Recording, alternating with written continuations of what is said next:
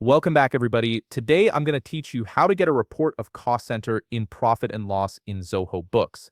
This is essential for tracking your business's financial performance and understanding which cost centers are contributing to your overall profitability. First, open a web browser and navigate to zoho.com/books. Once you're on the page, log into your Zoho Books account using your credentials. Make sure you're using the correct login details to access your company's financial data.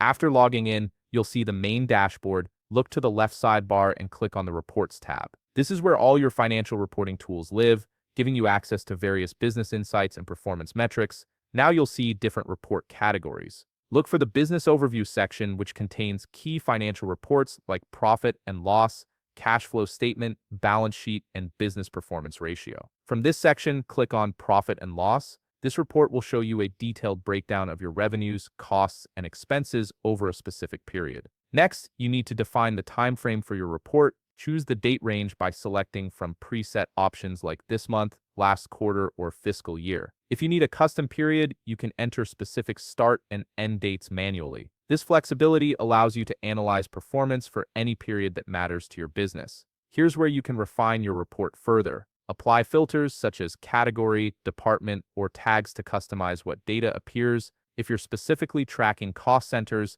these filters will help you isolate the information you need and see how different segments of your business are performing. Once you've set your date range and filters, click the Run Report button. This generates the report based on your specifications. Take a moment to review the displayed data for accuracy and to gain insights into your business performance. Look at revenue trends, expense patterns, and overall profitability. If you need to save or share this report, click Export at the top right corner. You can download the report as a PDF, Excel, or CSV file depending on how you plan to use it. Excel and CSV formats are particularly useful if you want to perform additional analysis. Finally, if you need a physical copy for meetings or records, click Print to generate a hard copy of the report directly from Zoho Books. If you found this video helpful, please leave a like, subscribe, and see you in the next video.